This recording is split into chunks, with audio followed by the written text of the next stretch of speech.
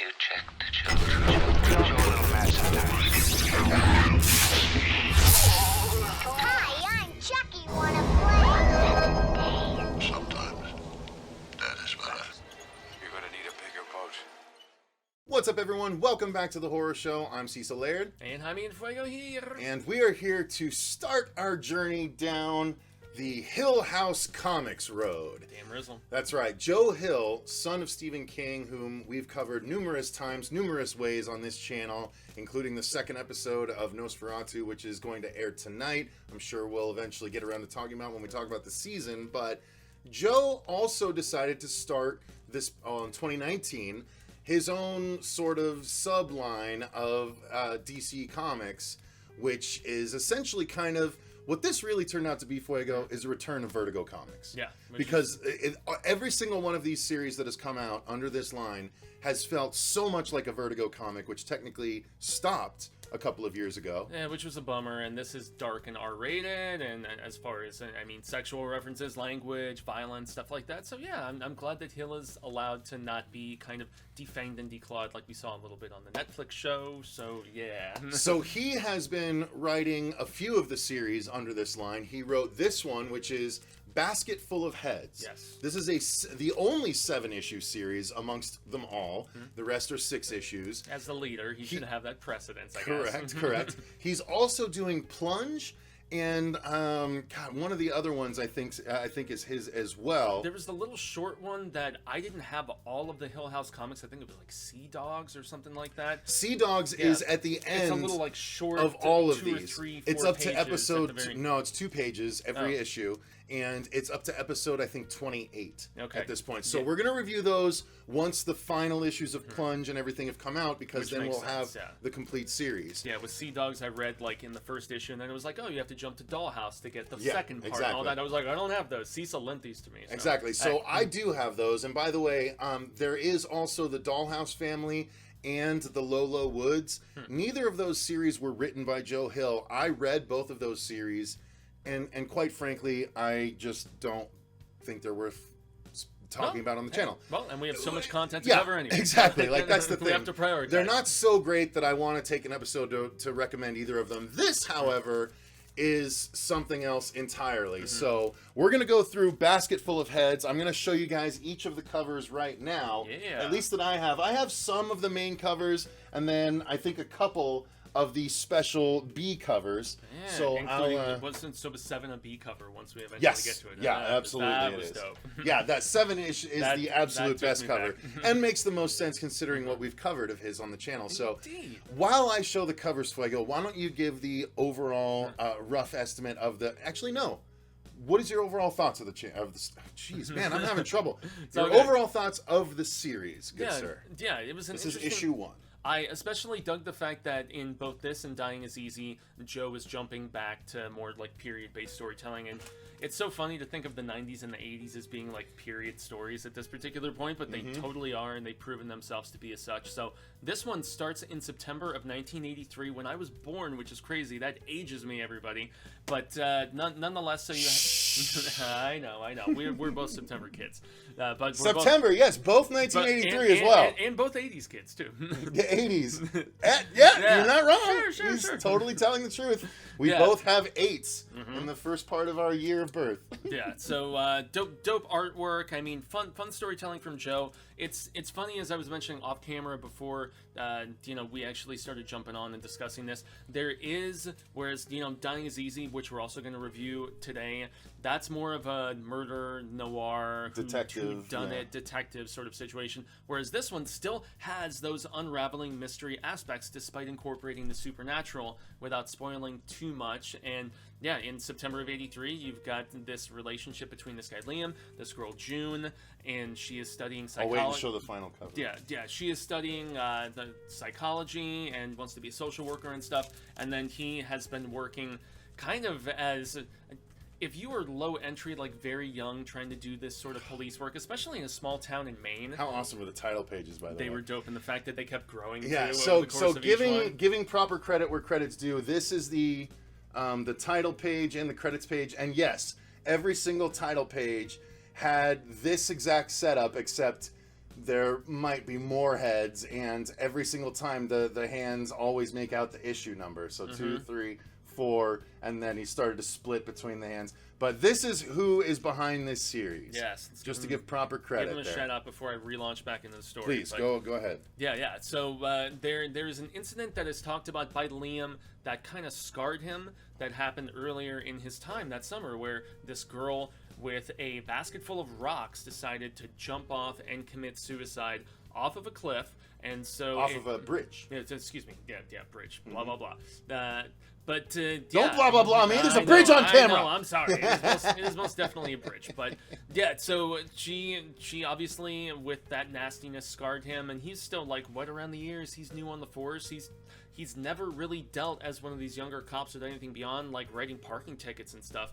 And so kind of not quite a part of this high society that this girl is a part of via family, as you just saw. Yeah, exactly. But it's cool because you have Shawshank prison references and stuff. So King has been very fine with Joe, his son, kind of cross-referencing within the main verse the fact that this is all different levels of that proverbial tower, so to speak. And yeah, there is a storm that is rolling in. There are some convicts that eventually escape if we're going to continue with story. Yep.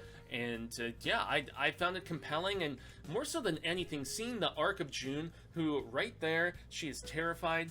There are some of those convicts that are infiltrating the area. That, a little Becky-ish, to use a recent most definitely. movie. Which I like the hell out of. But yeah, so she has to kind of come in her own after a dinner. Ooh, wait. We're not talking about the same thing. No, it's a little bit different.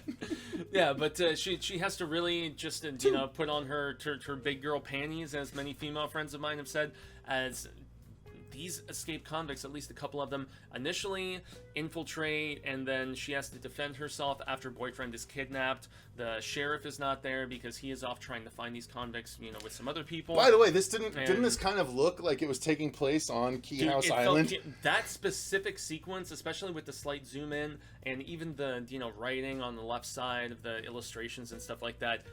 This is very much, and yet if you guys like Lock and Key, you're going to want to get Basketful of Heads because it is the same universe, technically. Yeah, and it was somewhere in between Lock and Key and maybe Creepshow as far as like the quality of the illustrations, like the actual Creepshow comic, as far as the those more like throwback illustrations. So this bit of art sets a tone, but it also is necessary to talk about when you talk about the series. Okay. Because this is a bit of the supernatural aspect. So June gets a hold of this special axe that you saw on the front cover of the first issue, and she defends herself, hacks off this dude's head, but what she doesn't realize is that this head, for some reason, still talks, is still alive. Yeah, the head is not dead for whatever flipping reason, and you do find head's out. not dead. Yeah, the head ain't dead, man.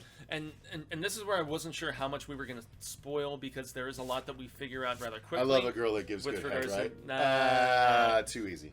With regards to the nature of this axe, because in the first issue, I believe it is, you get a tour of the actual sergeant's little like museum room that he has of all of this like 8th and 9th century Nordic stuff, and it's got that whole Viking mythology, and there's some references to Odin. Now the and cover makes other more sense, things, if you guys...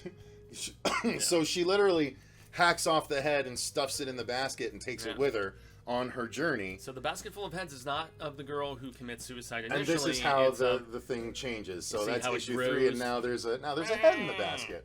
Yeah. And every new head that happens joins the basket. Yeah, like, and they all have different personalities. Basketful of Heads. Yes, there it is. But it's really fun how this plays out.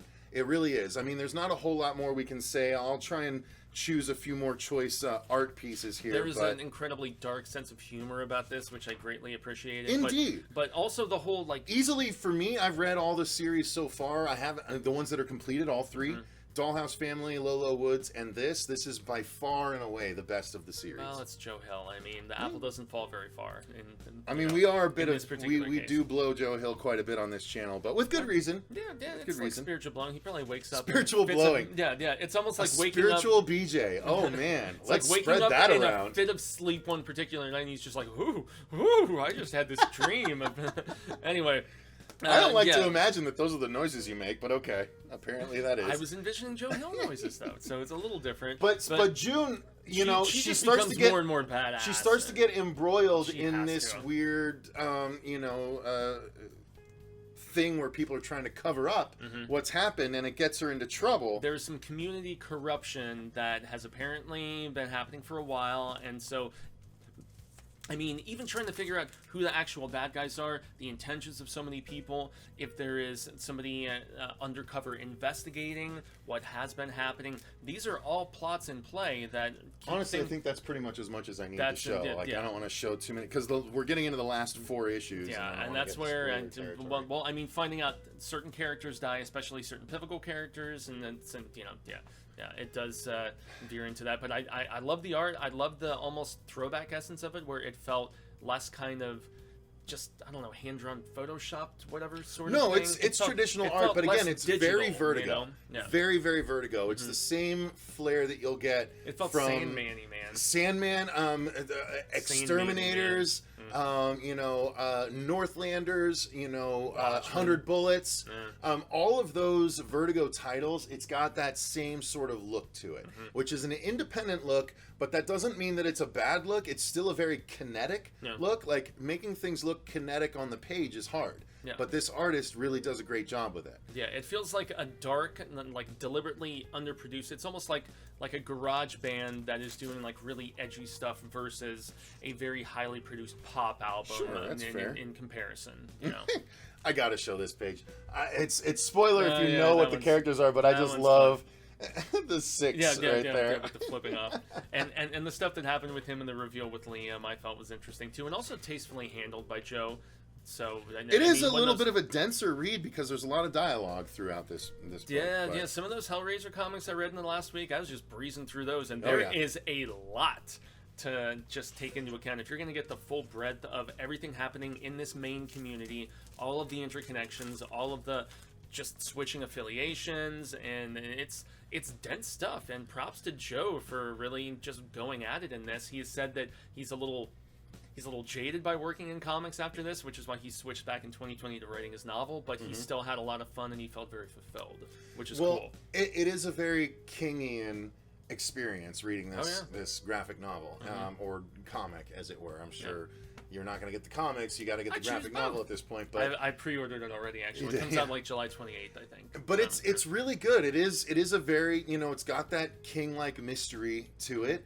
It's got that little bit, that touch of supernatural to it, right? Yeah. You don't know exactly what's going on. You don't know the reason behind the thing that's causing this and stuff like that. But well-developed characters. Well-developed characters, well shown artwork. Like, it's a complete package, this story. So highly recommend Basketful of Heads. And those of you that are fans of Lock and Key, and especially the Head Games trade paperback, there's a bit of artwork going around, but the 7th issue, the bonus cover was a homage to Lock and Key, and so nod. That's this one right here.